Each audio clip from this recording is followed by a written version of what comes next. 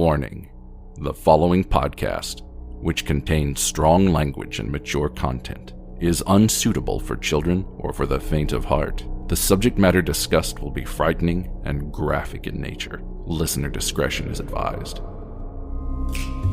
Three spooked girls. Three spooked girls. When you want to hear about the paranormal, you get the spooked girls.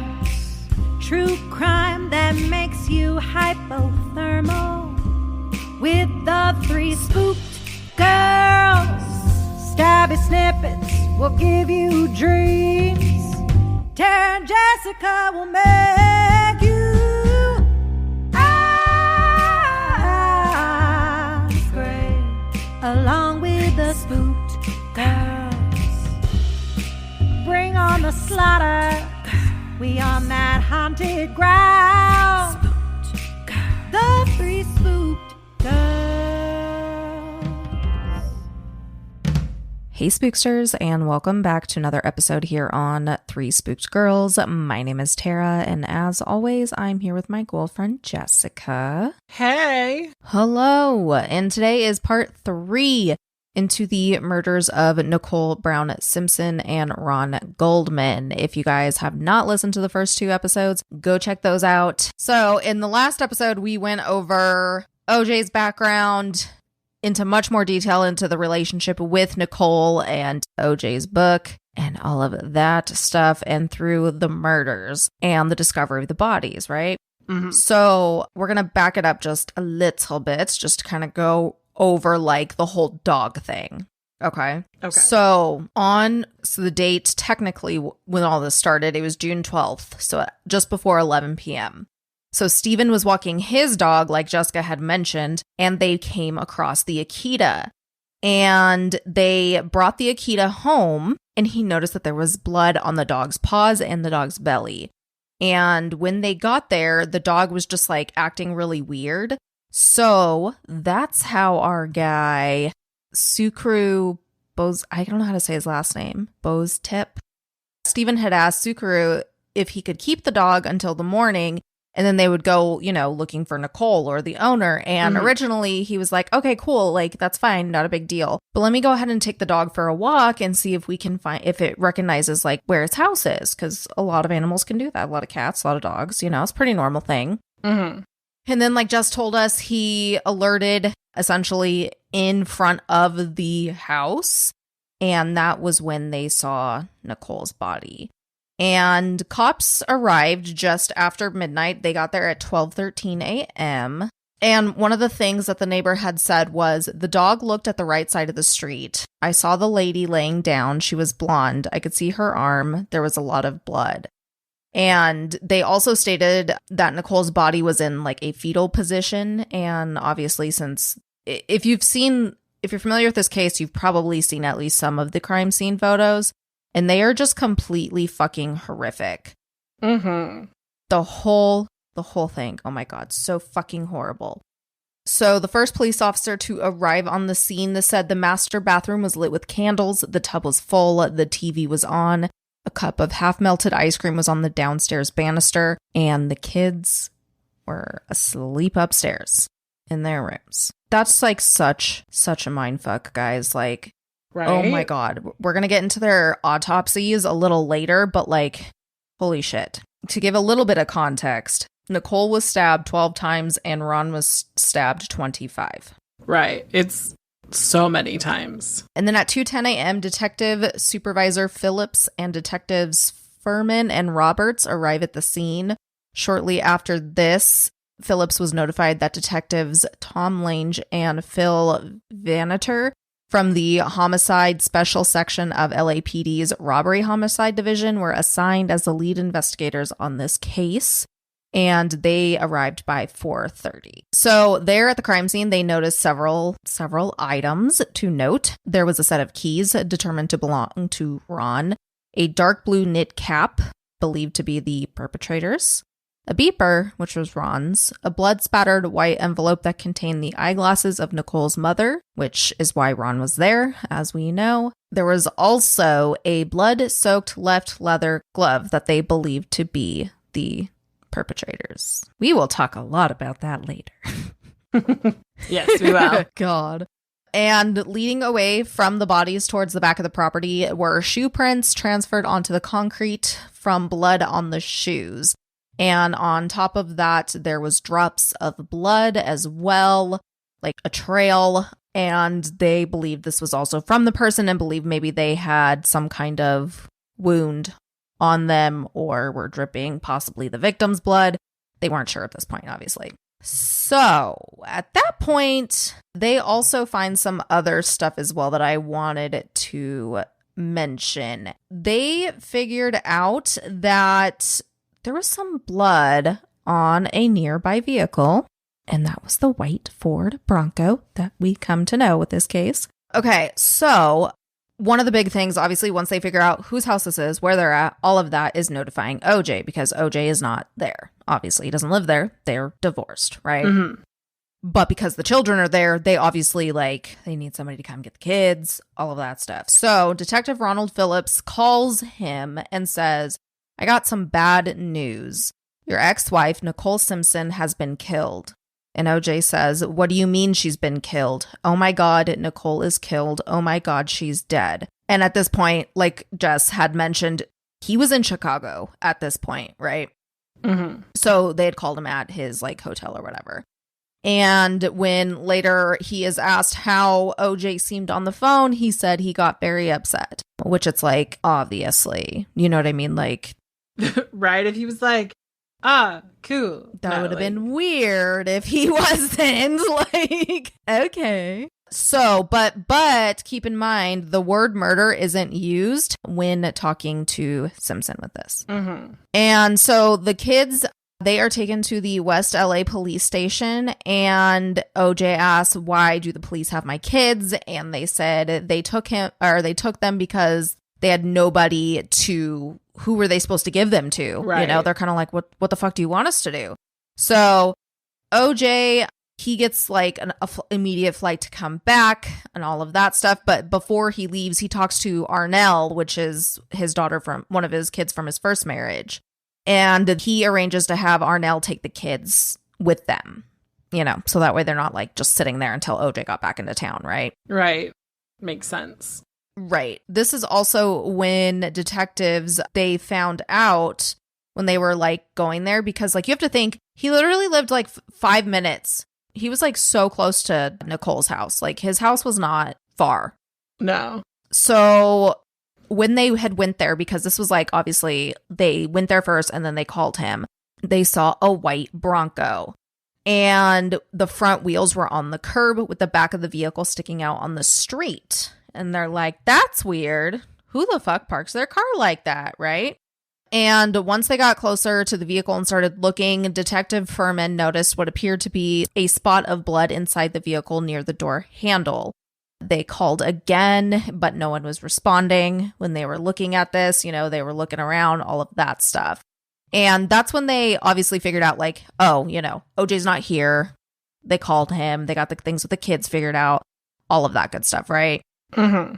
So then Detective Phillips went back to Nicole's condo where it's now 6:50 a.m. And this is when they got the coroner, to come and get the bodies and all of that so they can do the autopsies. And that second final call to be okay, cool, you can come collect them. We've processed the crime scene was at 8:10 a.m. Okay, we're going to go through Nicole and Ron's autopsies real quick. So we talked about how they found the blood outside of the outside on the Bronco, but there was also blood on the inside. He saw 2 red spots on the driver's side door and on the console between the 2 front seats. And then they discovered more blood leading to the front door of the main house. After they get the ME and everything to do the autopsies, which I'll get into in a second, they obviously get a search warrant for Rockingham, right?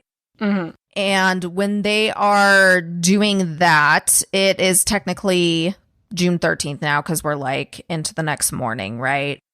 And so when they were searching that house, they found a lot of stuff. So in all, 41 items of evidence were collected from the Bronco, his house, and Nicole's house on Bundy. And they found from the evidence recovered from the glove found at Bundy's crime scene, it said it consisted of one hair from Nicole, fibers consistent with Ron's shirt, fibers consistent with his jeans, and dog hair from her Akita. Yeah, the hair was like on the seat where there was like blood smear. So it looked like in the pattern of the blood on that seat, it looked like it was a knife. So they were like, oh, that's interesting. Yes. And on the socks, they had blue-black cotton fibers and blood from both of them, from Nicole and OJ, actually, with that. And if they were his, then it was like, okay, then that would make sense why his blood was on there, that kind of thing.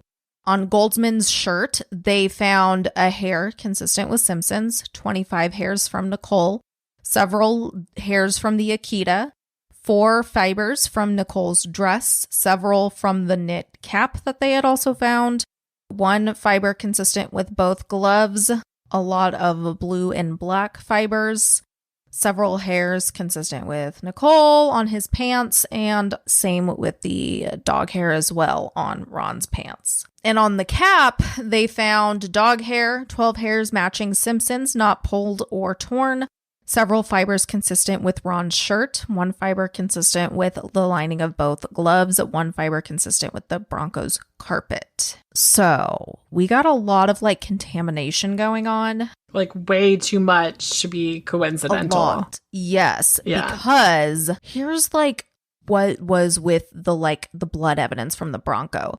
So there was blood matching OJ found on the driver's door interior and on the instrument panel.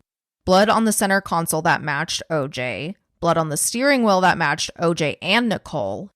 The blood on the center console matched OJ and Ron, which is the big one, I feel like. Oh my God. Because OJ is like, I don't know who that is. Right. Blood on the driver's side wall that matched OJ. Blood on the carpet that matched Nicole. Blood on the center console, I guess some more, that matched OJ, Nicole, and Ron. And it was said that there's just a lot of like blood samples that it just, I guess it would make sense, like maybe make sense with Nicole because it's like, obviously it's her house, like her DNA obviously would come up and whatnot, but it's like, how would Ron's get in that car? Right.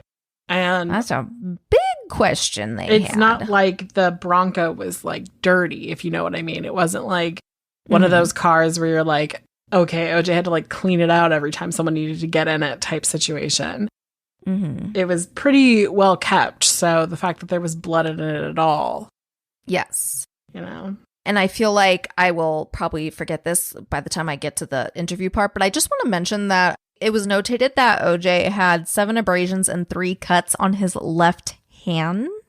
And then we'll talk about that in a minute.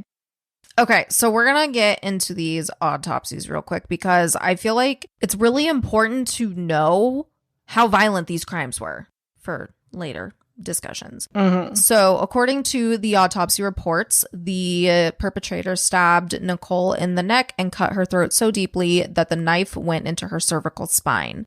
The ME wrote that, quote, the incised wound of the neck is gaping and exposed the larynx and cervical vertebral column. The slice was 5.5 inches by 2.5 inches in length, cutting through the soft tissues of the neck and 1/4 inch deep into her bone, sparing the spinal canal and spinal cord. The medical examiner said that the stabs likely happened first. Then, as Nicole lay on the ground, hopefully unconscious, the perpetrator lifted her head by the hair and did the cut that would end her life. The report also showed that other than the stab wounds to her neck, there were 3 other stab wounds in her scalp as well as a blunt force injury to her head. There were a few defensive wounds on Nicole's hands, and the medical examiner would conclude this, this shows that the attack only lasted a few minutes. Quote, I would say she died within a few minutes, probably less. These kinds of altercations can take place pretty rapidly. And they went on to say that the knife likely used was 6 inches long and had a single edge. Yet whoever wielded it did so in such a furious intent that he nearly decapitated Nicole. The nature of the stab wounds and the other injuries suggested that the murders began with the perpetrator quickly overpowering Nicole on the walkway outside of her house and stabbing her at least 6 times, leaving her on the ground stunned or unconscious. Fucking horrible. It's brutal. It is so brutal. That's not just like a robbery gone wrong. That's a very personal attack, in my opinion. Right. So. Oh, for sure. Yeah, I was watching a documentary earlier today, and they showed autopsy photos and showed crime scene photos, and I was just like, oh my God. Like when they showed her neck wound, I was just like, it's horrible. Oh my God. It's so deep. Literally almost decapitated her. Just horrific. Now, Ron's report, it said between like over 15 times, and then, later it was concluded up to 25 times. He had stab wounds almost everywhere. He had injuries to his neck, face, ears, chest, thighs, hands, forearms, and abdominal area. And the autopsy report stated that while some of these injuries would have been non-fatal, the stab wounds to his neck and torso were ultimately what led to his death. It was also noted that there was damage to a major neck vein as well as his lung. The internal bleeding that Goldman had in his abdomen also left critical wounds. He didn't die without a fight either. There was dozens of defensive wounds found all over his body, mainly on his hands, face, and upper body. And so he was fighting hard to live. And the coroner said in the irregular edges of some of his knife wounds, one indicated a twisting of the weapon as if the victim was trying to wrestle himself free. And he stated that another one indicated that the head of the victim was moving away from the knife at the time of the plunge, causing the ripping, like certain ripping of the skin and some of his injuries. Like I said, the fatal stab wounds were to his neck, chest, and abdomen, all of which could have been inflicted within a minute, according to the medical examiner. He said, "He's stuck there, you're cornered. A minute is a long time. You can do 15 thrusts in about 15 seconds, he said, and he was demonstrating this to show, like, yes, you really can do this so quick. Yeah, I was, that documentary showed a reconstruction where someone did it in 12 seconds, like the initial attack, to get him to the ground. Now, obviously, they're going to want to talk to OJ, especially with all this stuff, like all the blood, all the everything. And that's kind of where the bulk of this episode is going to be, because honestly, it wouldn't have done it justice if I just summarized it. I have transcripts that we're going to kind of talk through. Love when Jess reacts, so we're going to have some reactions with this. I don't, of course, have the whole interview, but I have a lot of it. The transcripts are available online, just how we found them, and you can see it on YouTube, things like that, everywhere. Okay, so there was 2 detectives in there. Lang and Van Adder. Lang. Okay, I was like, I didn't put Lang on here because basically a lot of my stuff that like it's going to be Van Adder talking to him in this. So we're just going to go ahead and get started. So of course, Van Adder asks, do you own that Bronco that sits outside? And he says, Hertz owns it and Hertz lets me use it. Cause like we talked about, he's got like all these sponsors and stuff, right? So Van Adder says, so that's your vehicle, the one that's parked there on the street? Simpson says, Van Adder, it is actually owned by Hertz. Hertz, yeah. So who's the primary driver on that, you? OJ says, I drive it, the housekeeper drives it. You know, it's kind of a... Van Adder interrupts and says, an all-purpose vehicle? So Simpson says, yeah, all-purpose. It's the only one that my insurance will allow me to let anyone else drive. And they say, okay. And Detective Lange says, when you drive it, where do you park it at home? Where it is now? It was on the street or something? And Simpson says, I always park it on the street. And so they're trying to ask, like, you never take it in the garage, like, you know, something like that. And Simpson says, oh, rarely. I mean, I bring it in and switch the stuff, you know, and stuff like that. I did that yesterday. And so they ask, you know, when did you last drive it? And he says, yesterday.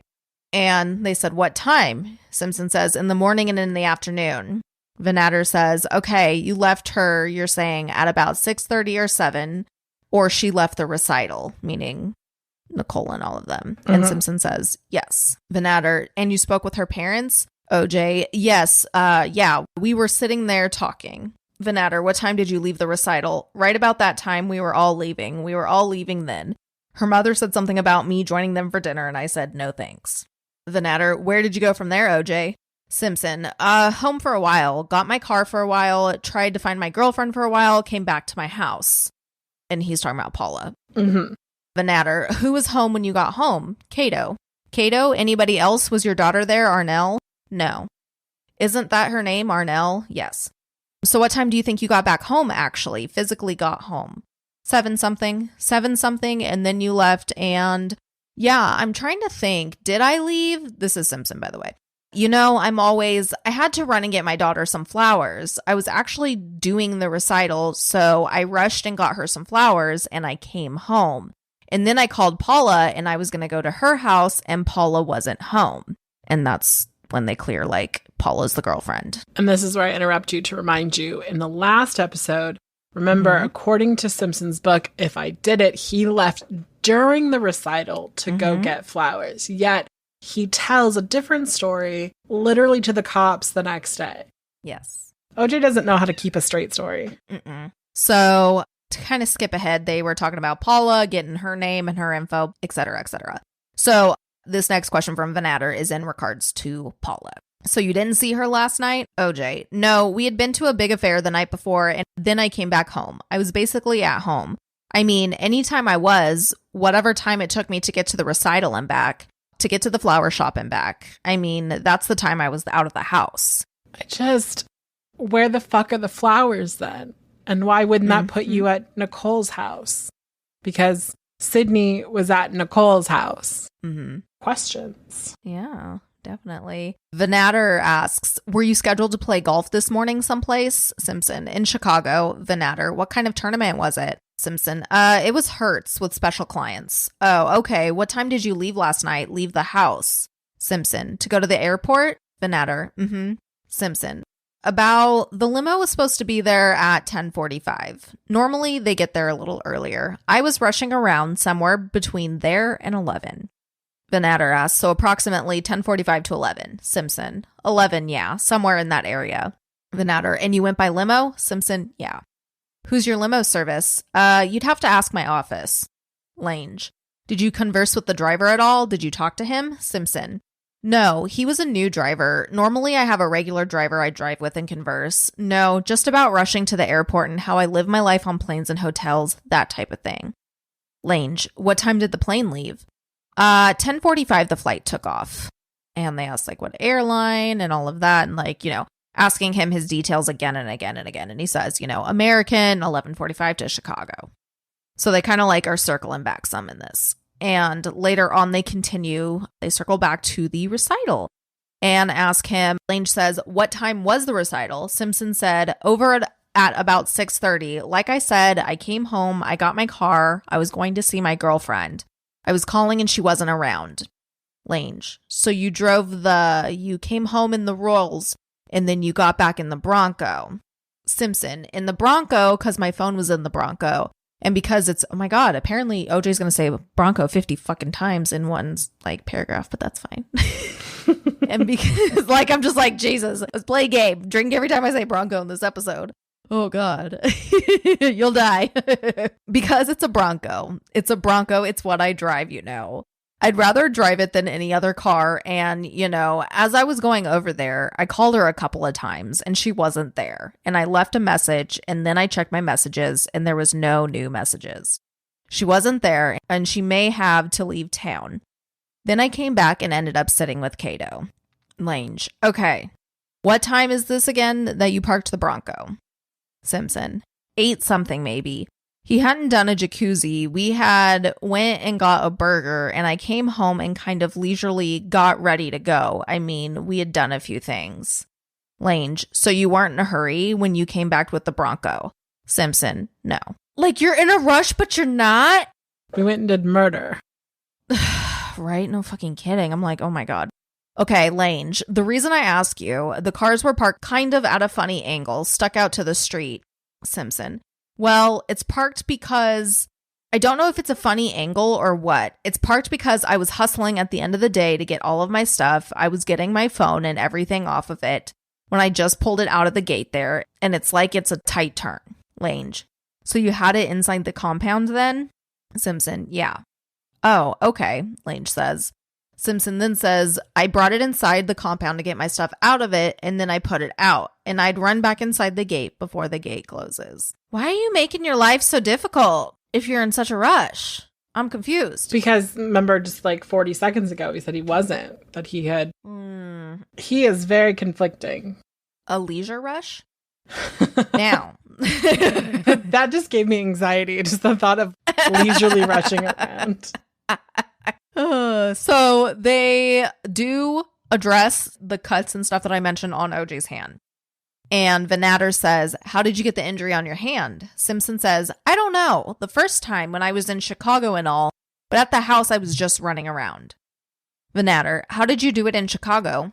Simpson, I broke a glass. One of you guys had just called me and I was in the bathroom and I kind of went bonkers for a little bit. Lange, is that how you cut it? Simpson, it was cut before, but I think I just opened it again. I'm not sure. Lange, do you recall bleeding at your truck at all in the Bronco?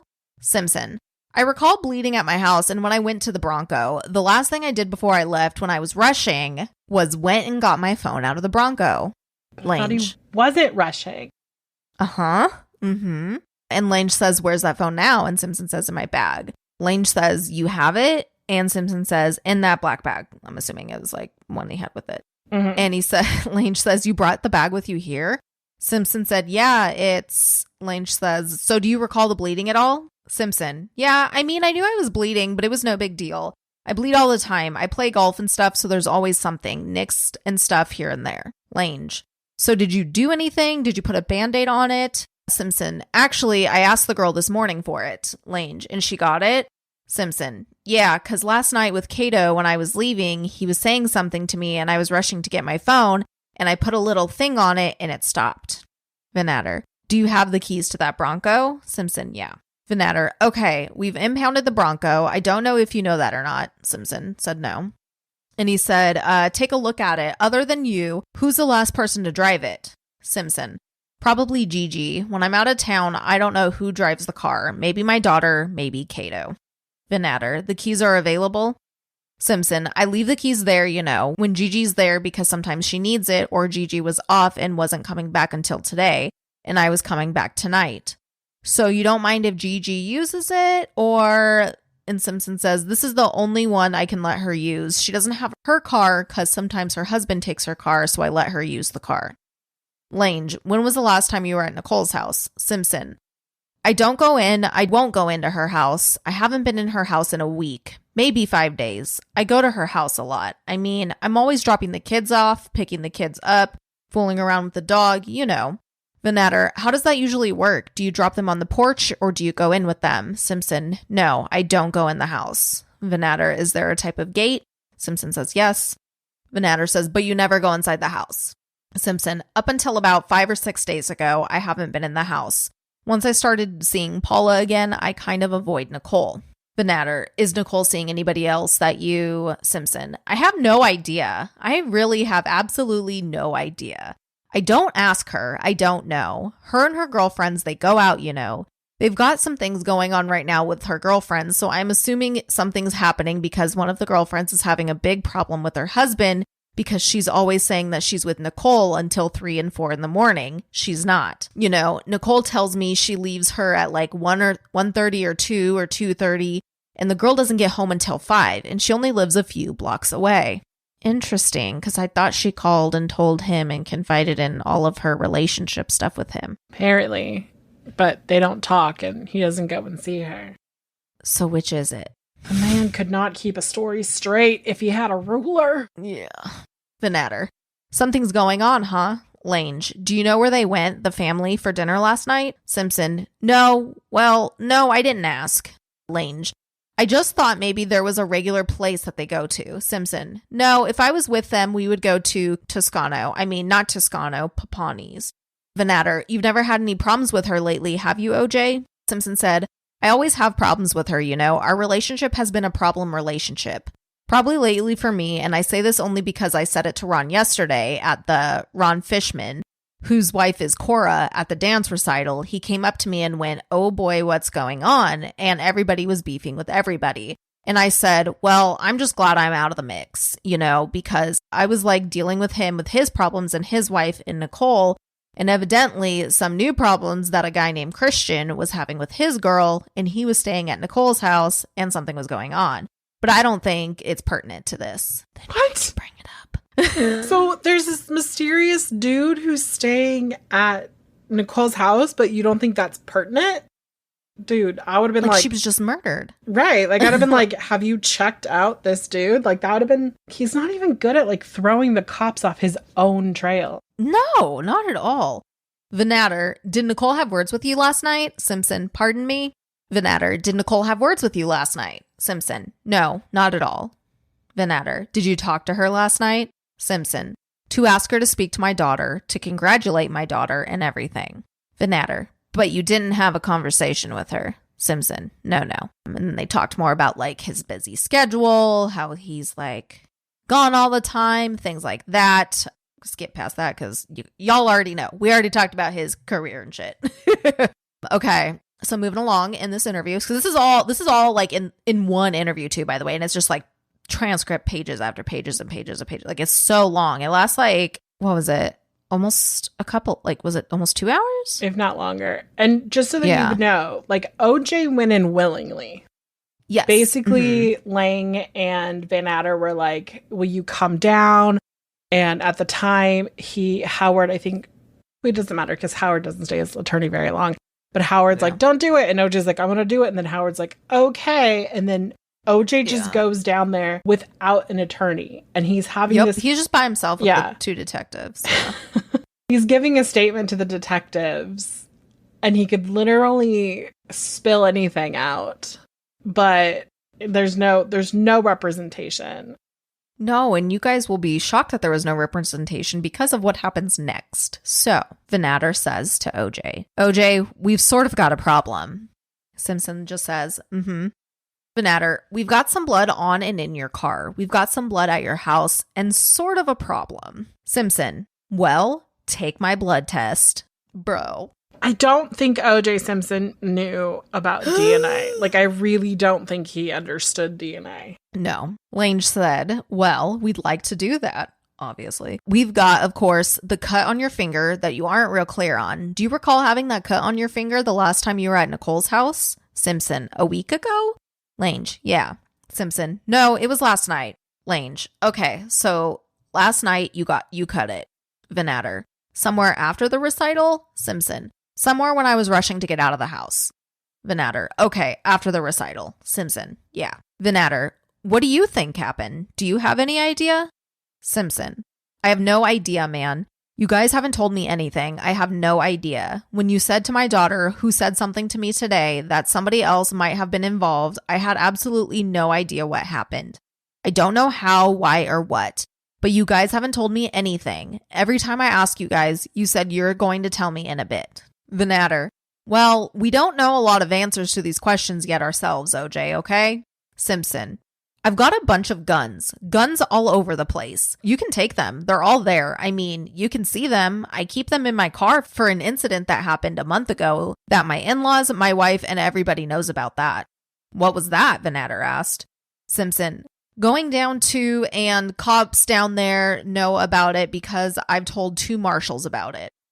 At a mall, I was going down for a christening and I had just left, and it was like 3:30 in the morning, and I'm in a lane, and also the car in front of me is going real slow. And I'm slowing down because I figure he sees a cop, because we were all going pretty fast. And I'm going to change lanes, but there's a car next to me. I can't change lanes. Then that goes for a while, and I'm going to slow down and go around him, but the car's butts up to me. And I'm like caught between 3 cars. They were Oriental guys, and they were not letting me go anywhere. And finally, I went on the shoulder and I sped up, and then I held my phone up so that they could see the light part of it, because I have tinted windows. And they kind of scattered, and I chased one of them for a while to make them think I was chasing him before I took off. Lange, were you in the Bronco? Simpson, no. Lange, what were you driving? Simpson, My Bentley. It has tinted windows and all, so I figured they thought they had a nice little touch. Lange, did you think they were trying to rip you off? Simpson, definitely they were. And then the next thing, Nicole and I went home. At 4 a.m, I got there to Laguna, and when we woke up, I told her about it, and I told her parents about it, told everybody about it, And when I saw the 2 marshals at a mall, I walked up and told them about it. Venator, what did they do? Did they make a report on it? Simpson, they didn't know nothing. I mean, they'll remember me and remember I told them. Venator, did Nicole mention that she was getting any threats lately to you? Anything she was concerned about or the kid's safety? Simpson, to her? Yes. Simpson, from? Venator, from anybody. Simpson, no, not at all. That's weird that you need clarification if it was not at all. Like, why wouldn't you just say no, not at all at first? Well, because I think he was waiting for them to accuse him. I'm asking rhetorical questions. Oh, sorry. My bad. But I do want to point out, I thought it was interesting at the beginning of this little thing that they have. He goes, oh, I have all these guns. You can take them. Knowing full well she's been killed with a knife. Exactly. He knows. I mean, they haven't told him, but he knows. So it's very easy to offer up a different type of weapon. That wasn't even involved. Yeah. I thought that was interesting. Yes. And so Venator asks about Nicole, saying, was she very security conscious? Did she keep the house locked up? Simpson, very. Venator, the intercom didn't work apparently, right? Simpson, I thought it worked. Venator, oh, okay. Does the electric buzzer work? Simpson, the electric buzzer works to let people in. Venator, do you ever park in the rear when you go over there? Simpson, most of the time. Venator, do you park in the rear? Simpson, most times when I'm taking the kids there, I come right into the driveway, blow the horn, and she, or a lot of times the housekeeper, either the housekeeper opens or they'll keep a garage door open up top on the top of the thing, And that's when I'm dropping the kids off and I'm not going in. Times I go to the front because the kids have hit the buzzer and stuff. Venator, did you say before that up until about 3 weeks ago, you guys were going out again and trying to... Simpson, no, we had been going out for about a year, and then the last 6 months we've had, it ain't been working. So we tried various things to see if we could make it work. We started trying to date, and that wasn't working, so, we just said to hell with it. Venator, and that was about 3 weeks ago? Simpson, yeah, about 3 weeks ago. Venator, so you were seeing her up to that point. Simpson, it's seeing her, yeah. I mean, yeah, it was a done deal. It just wasn't happening. I mean, I was gone. I was in San Juan doing a film, and I don't think we had sex since I'd been back from San Juan, and that was 2 months ago. So it's been for the kids, we tried to do things together, We didn't really date each other. Then we decided, let's try to date each other. We went out one night, and it just didn't work. Oh, if you want to say something. Oh, I just was going to contradict him again, because in his own retelling of this in his book, he talks about their breakup, and basically how they break up is they go to her parents for Mother's Day weekend. Then they basically have this discussion that it's not really working. And then they come back and they put the kids to bed and they're like, we're just done. And then they have sex. So they have goodbye sex. So interesting. He can't even keep his own story, Really, OJ should have sat down with his transcripts when he met with his ghostwriter. No fucking kidding. So Venator says, when you say it didn't work, what do you mean? Simpson, the night we went out was fun. Then the next night we went out, actually when I was down in Laguna, and she didn't want to go out. And I said, well, let's go out because I came all the way down here to go out, and we kind of had a beef. And it didn't work out after that, We were only trying to date to see if we could bring some romance back into our relationship. We just said, let's treat each other like boyfriend and girlfriend instead of, like a 17-year-old married people. I mean, 17 years together, whatever that is. Then they go over their history and all of that. And Venator asks, 17 years, did you ever hit her, OJ? Simpson, one night we had a fight. We had a fight and she hit me. And then they never took my statement. They never wanted to hear my side. They never wanted to hear the housekeeper's side. Nicole was drunk and she did her thing. She started tearing up my house, I didn't punch her or anything, but Venator, slapped her a couple of times. Simpson, no, I wrestled her is what I did. I didn't slap her at all. I mean, Nicole's a strong girl. She's one of the most conditioned women. Since that period of time, she hit me a few times, but I've never touched her after that. And I'm telling you, it's 5-6 years ago. And then they talk about how he gave Paula a bracelet and earrings he tried to give Nicole on her birthday and Mother's Day, but she like gave it back. So then he literally regifted it to Paula. Yeah, because like he had them and he didn't want Paula to get like upset or some shit like that. And so he just gave them to her. Yes. And Simpson, during his, like, he actually says, I'm in a funny place here on this, all right? She returned it, both of them, 3 weeks ago or so. Because when I say I'm in a funny place on this, it was because I gave it to my girlfriend and told her it was for her. And that was 3 weeks ago. I told her I bought it for her, you know? What am I going to do with it? Like, Lord. And then they bring up a polygraph test. Because, you know, they're already getting blood, DNA, all this shit. They're, you know, might as well ask about a polygraph test. So Lange says, did Mr. Weitzman, your attorney, talk to you anything about this polygraph we brought up before? What are your thoughts on that? Simpson, should I talk about my thoughts on that? I'm sure eventually I'll have to do it, but it's like I've got some weird thoughts now. I've had weird thoughts. You know, when you've been with a person for 17 years, you think everything.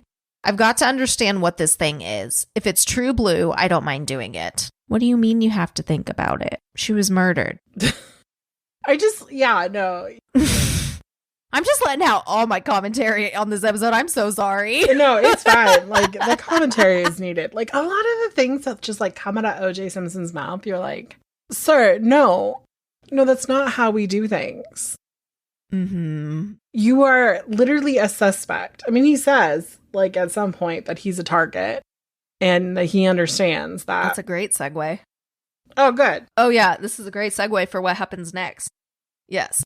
So Lange says, well, if you're not compelled at all to take this thing, number one, and number two, I don't know if Mr. Weitzman explained to you, this goes to the exclusion of someone as much as the inclusion, so we can eliminate people. And just to get things straight, Simpson. But does it work for elimination? Lange, oh yes, we use it for elimination more than anything. Simpson, well, I'll talk to him about it. Lange, understand, the reason we're talking to you is because you're the ex-husband. Simpson, I know, I'm the number one target. And now you tell me I've got blood all over my place. Lange, well, there's blood at your house in the driveway, and we've got a search warrant, and we're gonna go get the blood. We found some in your house. Is that your blood that's there? Simpson, if it's dripped, and it's what I dripped running trying to leave. Lange says, last night? Simpson, yeah, and I wasn't aware that it was. I was aware that I was trying to get out of the house. I didn't even pay attention to it. I saw that when I was in the kitchen and I grabbed a napkin or something and that was it. I didn't think about it after that.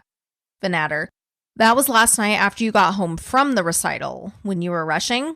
Simpson, that was last night when I don't know what I was. I was in the car getting my junk out of the car. I was in the house throwing hangers and stuff in my suitcase. I was doing my little crazy what I do. I mean, I do it everywhere. Anybody who has ever picked me up says that OJ's a whirlwind. He's running, he's grabbing things, and that's what I was doing. Vanatter, well, I'm going to step out and I'm going to get a photographer to come down and photograph your hand here. And then here pretty soon we're going to take you downstairs to get some blood for you, okay? I'll be right back. Lange, so it was about 5 days ago that you saw Nicole. Was that at the house? Simpson, okay, the last time I saw Nicole, physically saw Nicole, I saw her obviously last night. The time before, I'm trying to think. I went to Washington, D.C., so I didn't see her, so I'm trying to think. I haven't seen her since I went to Washington. What's the date today? Lange says it's Monday, the 13th of June. Simpson, okay.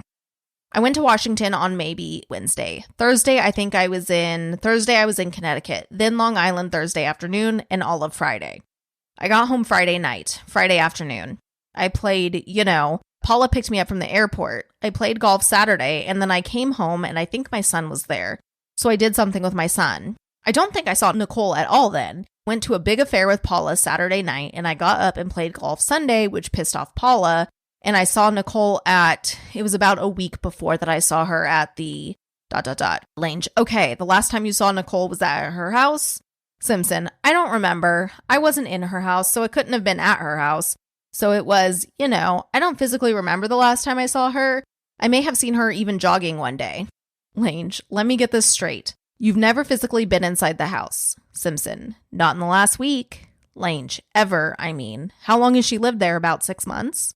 Simpson, oh Christ, I've slept at the house many, many times, I've done everything at the house. I'm just saying, you're talking about the last week or so. Well, whatever, Lange. Like how he's just like, what the fuck ever.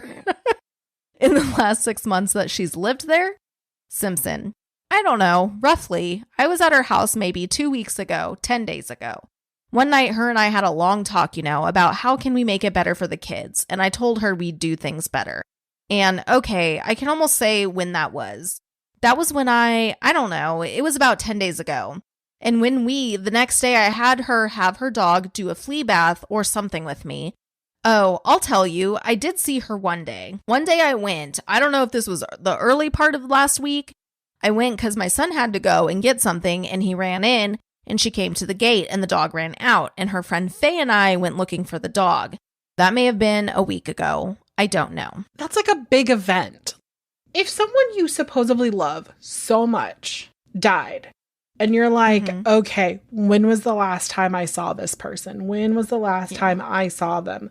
Like you would think really hard and you'd get your story straight. But it's like he's purposely, and I'm going to say it, he's purposely like sticking weird points and timelines so that it's never like you can't have a straight answer with him. No, it's very like zigzaggy. And you know what it reminds me of? Obviously, this is like way before, but it reminds me of how Casey Anthony, with her lies and stuff, gave so many extra details because, it was that conversation of, oh, I'm over giving details. So, of course, this is the truth. Why would I make up like blah, blah, blah, blah, blah? But that's like, well, we know why, Casey. So I feel like it's very similar for that, for sure. And then after that, that's where the interview, they stopped this first interview and they waited for the photographer to come to get the pictures of his injuries. And that is where we're going to stop this episode for today. So, as always, thank you guys so much for listening. We will be back with another part of our OJ case. Jess will have some stuff for us. And yeah, we will see you then. Bye, guys. Toodles.